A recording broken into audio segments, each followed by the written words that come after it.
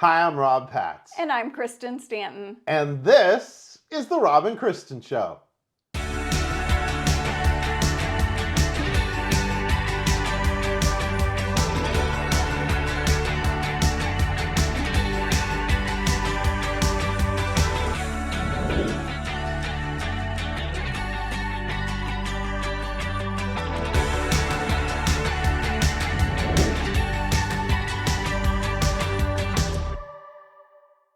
Hello and welcome to another edition of the Rob and Kristen Show.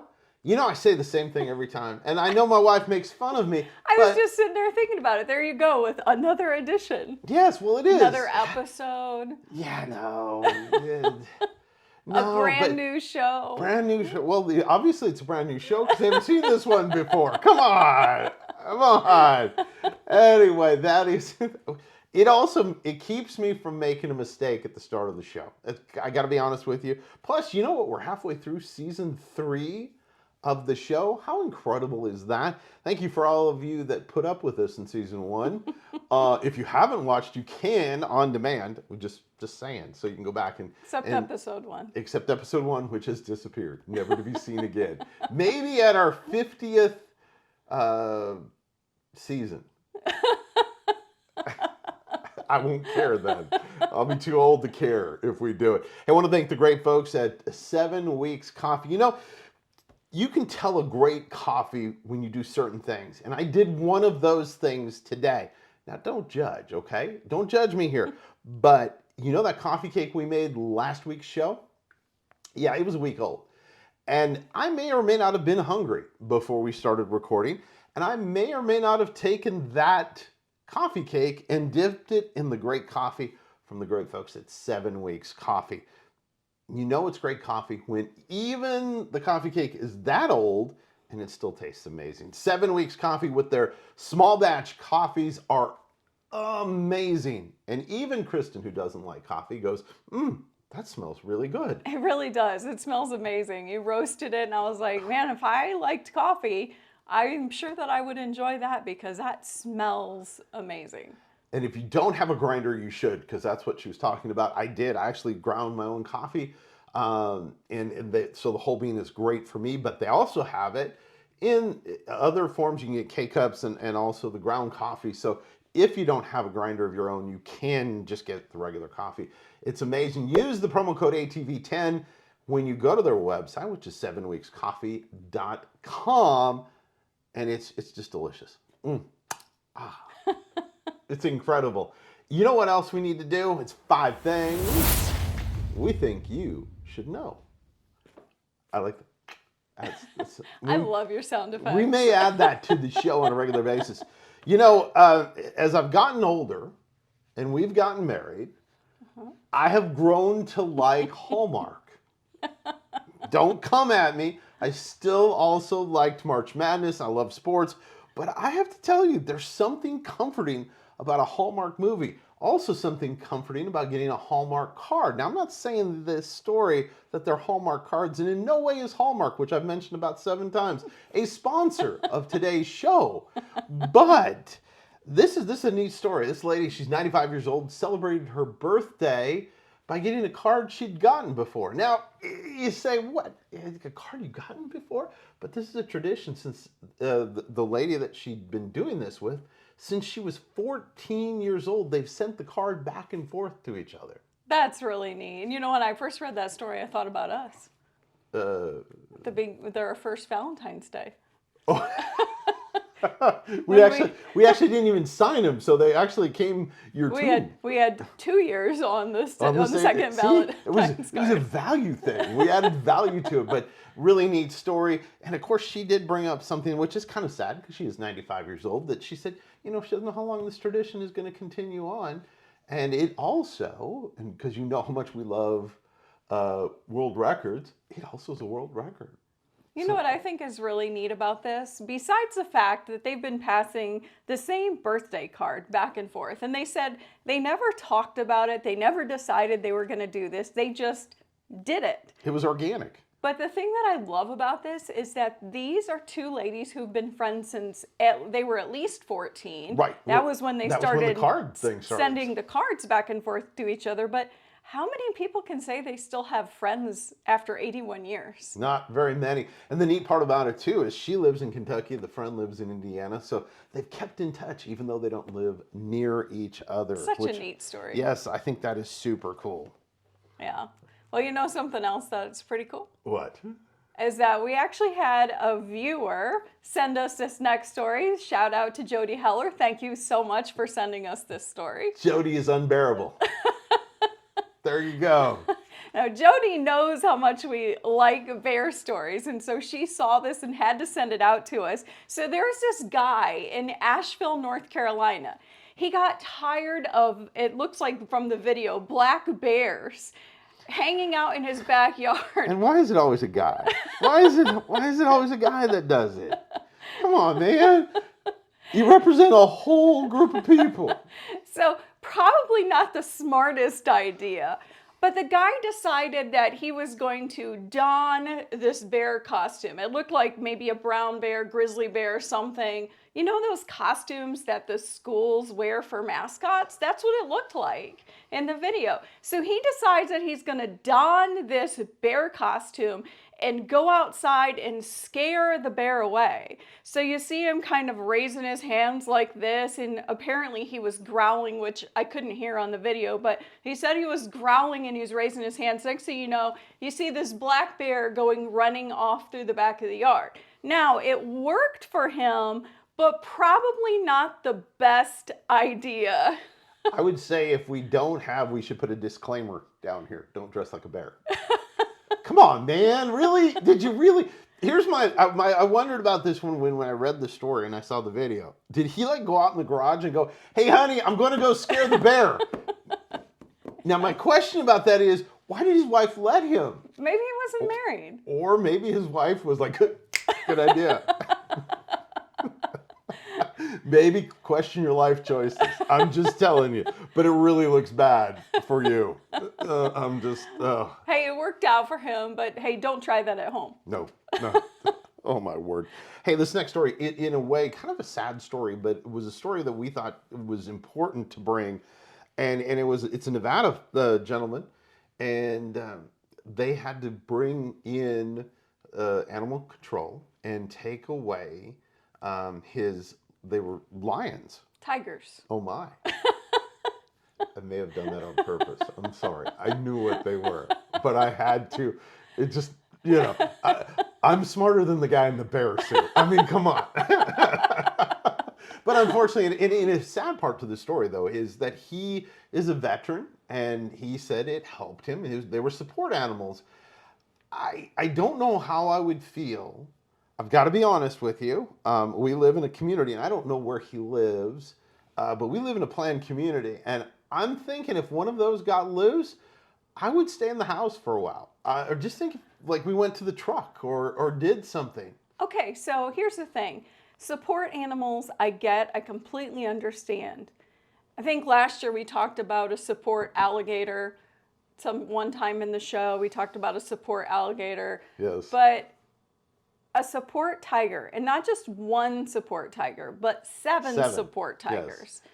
So, okay, well, first of all, I wouldn't feel comfortable if I found out that the people next door had a tiger, because I would worry about what if it got out and got loose and I'm walking out the door to go to work and there's a tiger looking at me from the front yard. Yeah. Even if you live out in, on 50 acres, you still have to worry about stuff like this. Well, if the tiger gets free, yeah, it's gone. 50 acres isn't very far for a tiger. And maybe he should live next to the guy in the bear suit. That's all I'm gonna say. Just. No, but they did. I guess they rehomed the tigers, and hey, we're not against anybody needing emotional support animals at all, but these are wild animals. Yep. And you just never know. The seriousness of it on that note is, he could go volunteer to zoo, do something like that. And we're not, downplaying his need for a support animal. It's just that, 7 of them in the first place, 7 of them scares me. But wow, yeah. So what do you think? Let us know. Yes. Hit us up on the app. Let us know. What do you think about having a tiger as an emotional support animal? Do you think there should be rules? I think there should be. I really do. And in all seriousness, I really think animals like that, it'd be like having a pet elephant. Well, that's true. I mean, An emotional support animal. well, and for a lot of people from Alabama, Roll Tide, they do have a support elephant, but just saying. Okay, well, it's time to switch gears here. Is it utterly amazing? It is utterly amazing. So there are actually 2 otters in Green Bay, Wisconsin. They escaped during a recent snowstorm up there from the new zoo and adventure park in Green Bay. And so They were taking the title serious, that it was an adventure. So they were out. We're out of here. yes, Ophelia and Louie were their names, and they escaped. Now, Ophelia has been returned, so they found her and she returned and they got her checked out. She's in perfectly good shape. Louis, however, he's still on the loose. Now, I hope, no tigers or anything find him, but, Right. Or a bear. Or a guy in a bear outfit. Either one. But Louis is still on the loose, and they said that it's otter mating season, and so they have a feeling he might be migrating a bit further north. Partying like a rock star. So, but they're hoping they don't think he's gotten too far away, and so they're hoping to find him relatively soon. Oh, there's got to be another joke coming. Look at the face. No, there's like several, and I can't think of which one would really be the best here. So I'm utterly perplexed. I don't know what to do. Oh, but we've made it. I wonder if an otter can do pull-ups. I kind of doubt it. Don't you think? I don't think so. I mean, I can't do a pull-up. I can't do it. This is an amazing story. So really neat story. Of course, we talk a lot about world records because we find them fascinating. I think it's our era. A lot of people were fascinated by by world records, and this one, when I was younger, I might have been able to do some, not this many. So Guinness Book of World Record, he did, was it 10,001 pull-ups in 24 hours. 10,001 pull-ups. Now the funny thing, and you pointed this out to me when we were talking about this, is he had the record for not even a full day, wasn't it? It wasn't even a full day. He had the record, lost the record in one day, and then he determined, he said, listen, I don't have I'm not a superhero, I'm not any of these things, but I can do this. And so he set out to set the record, 10,001 pull-ups in 24 hours. My arms hurt just thinking about it. Right. I mean, shoot.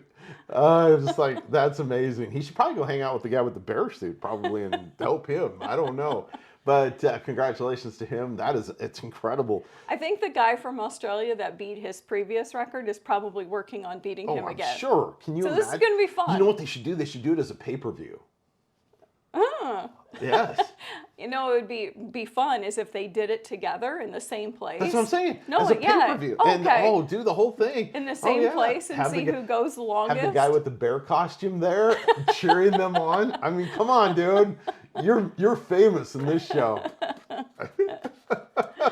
Matt, it has been so much fun getting a chance to do the top 5 things we think you should know here on the show. And also, it's been fun looking back at some of the great interviews we've done over the last few weeks, and another interesting one this week. And we're going to take you now and get an interview with a really neat pastor.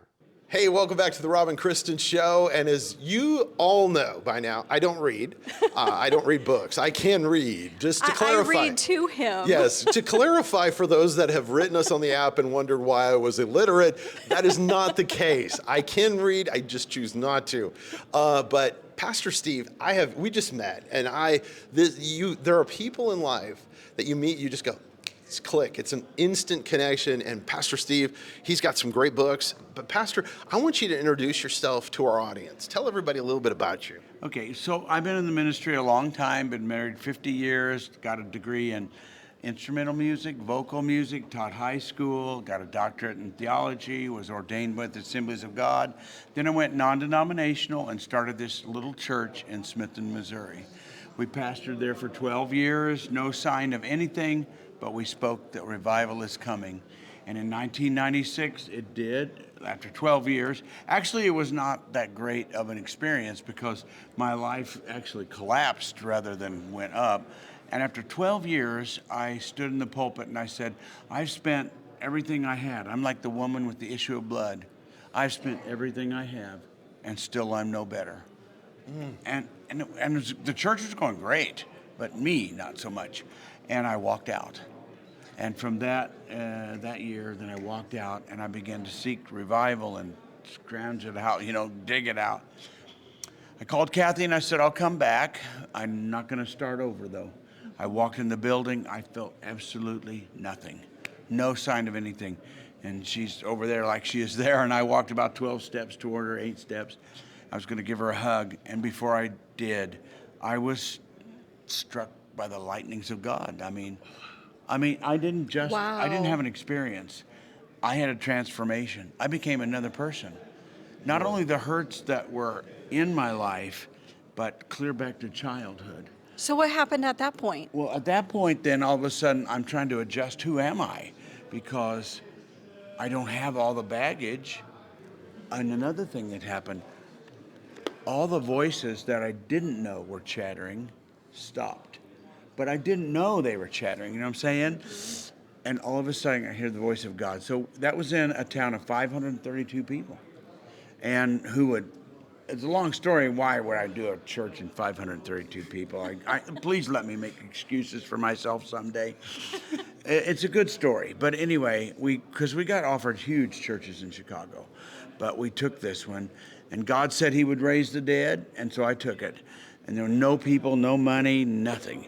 And so we started there, and I thought revival, and I preached revival, and I talked revival. I told people, just try to imagine hundreds of people trying to get into this building because of the glory of God. And I think it was so big, they said, yay. But it was just out of their faith realm. But anyway, 12 years later, when I was at the lowest of my life, then God struck me with that power as I walked in. I didn't know what it was. We went 4 or 5 days, 7 weeks. We went like, what is this? What is this? What is this? And then people around the country started coming to the point where 250,000 people. Isn't that incredible? I mean, it's 532 people. They don't really want 250,000 people, but they came anyway. 250,000 people visited. Newsweek, Time, and name anybody. Wall Street Journal, San Francisco Chronicle, of course, CBN, TBN, all the Christian. They all came. All the ends. All the ends. Yes. They all came. And it was 5 services a week for 3.5 years, from 6 to about 1 in the morning. Now, did you have people speak with? Because I hate to tell you this, I don't remember all the details of that.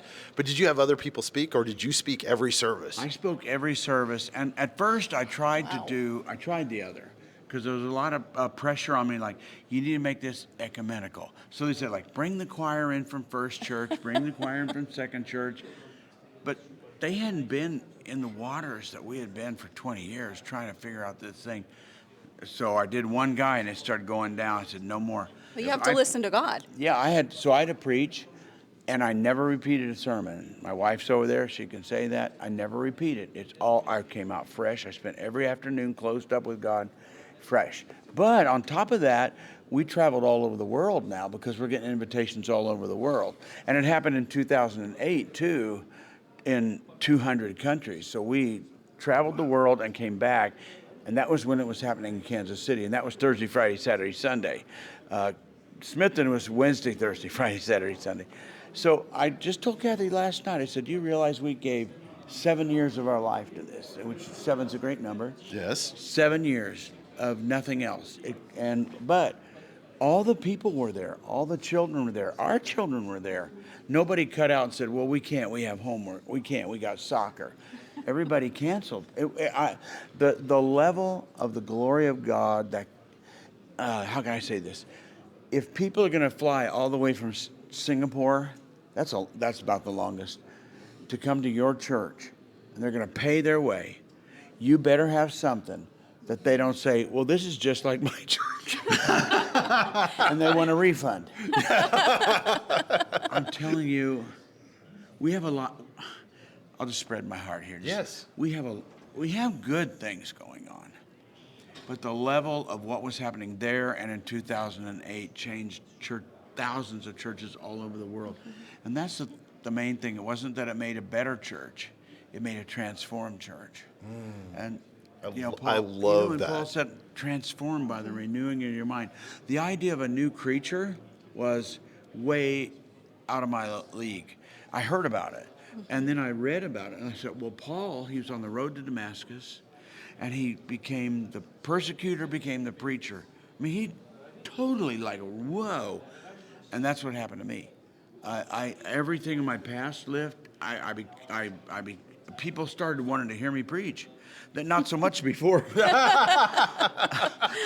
Honestly, preach, and I began to sing, and things beyond my hand started happening by the thousands. That is truly amazing. So you got some books. Yeah. So at what point did you start writing books? Well, at that point when it happened, Chosen Books, Baker House Chosen, contacted me. Said, "Would you write a book?" And I thought, I wish I paid attention in high school. So you relate. You related to.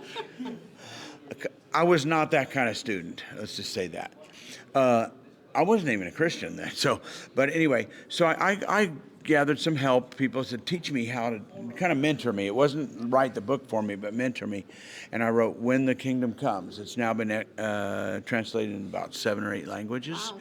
It's sort of been a core book to revival. That's awesome. And so then this last year, with what's going on after the pandemic and into what's going on, a different publisher came and said, would you write a book? And then they said, how would you like to write a book with your son-in-law, J.D. King? You see his name on there? Okay. Prolific. Excellent. This guy, I mean, he's writing books that scholars in our country are reading, okay, on healing, deliverance. It's scholarly level.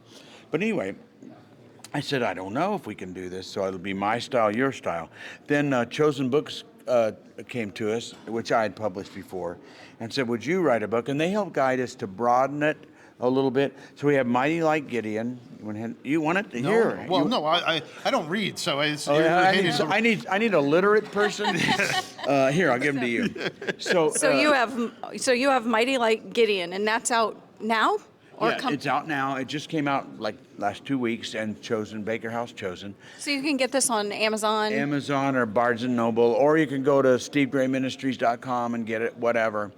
I like the book because it's not, well, I didn't read my son-in-law's that's close.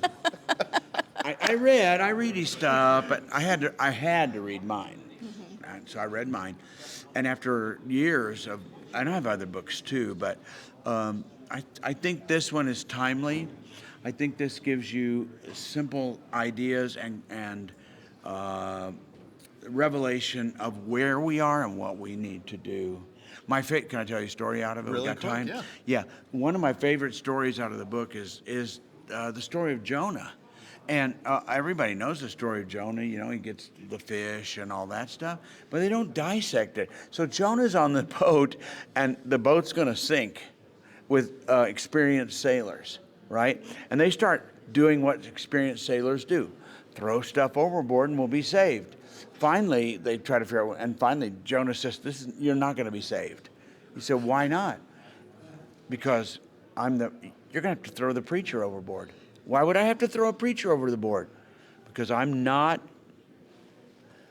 preaching what God told me to preach. Wow. If I would preach what God, we could sail, but I'm not. So the only way to save yourselves is to throw the preacher overboard. Well, he gets thrown overboard and he comes to his senses and he goes and preaches what God wants him to do, happily ever after. Amazing revelation that you can spend a lot of time on thinking, throw the preacher overboard. Well, nobody wants to hear that, but symbolically, I think it says a lot to us of why our government right now is moving forward in such, such Breakneck. Yes. Breakneck speed right now. And yet the church, at this point, does not give me the feeling it's going to do anything different. Isn't that sad, Yeah. though? I wanted to, I but do too, because I heard a percentage about a week ago that only about 50% of Christians voted.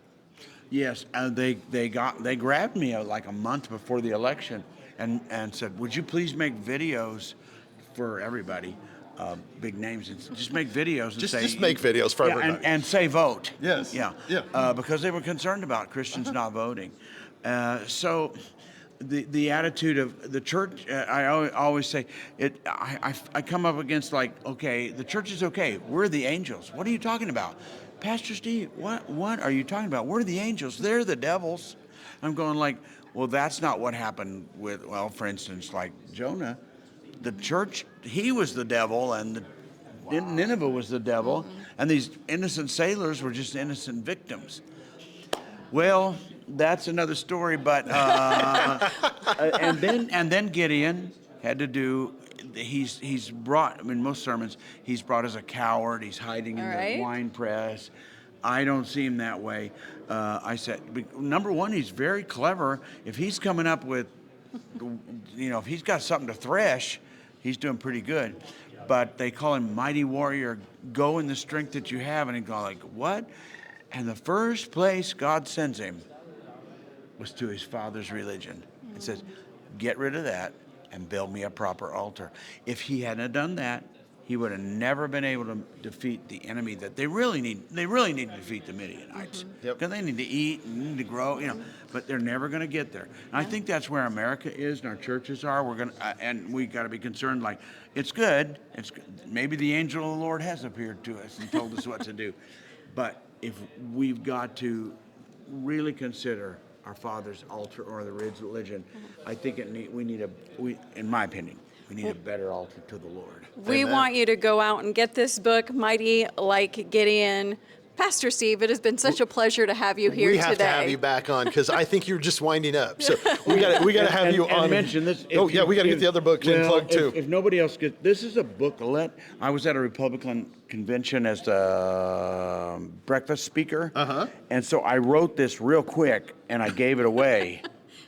So it's short. So it's short. See, that's my kind of book But right there. this might be more applicable to the Revelation. This is more of a teaching and lifestyle one. This is based on Jesus stood and said, "If you only knew what would bring for peace," but it's hidden from your eyes, and so Rome's going to come and destroy you. But they didn't have to, so you can have them both. Awesome. Hey, listen, go to your website. What's the website again? SteveGrayMinistries.com. That's it. And hey, thank you so much for being with us. Thank you. I enjoyed that interview so much with Pastor Steve Gray. It was just so much fun. He was like on fire. He made me want to go like out and preach that day.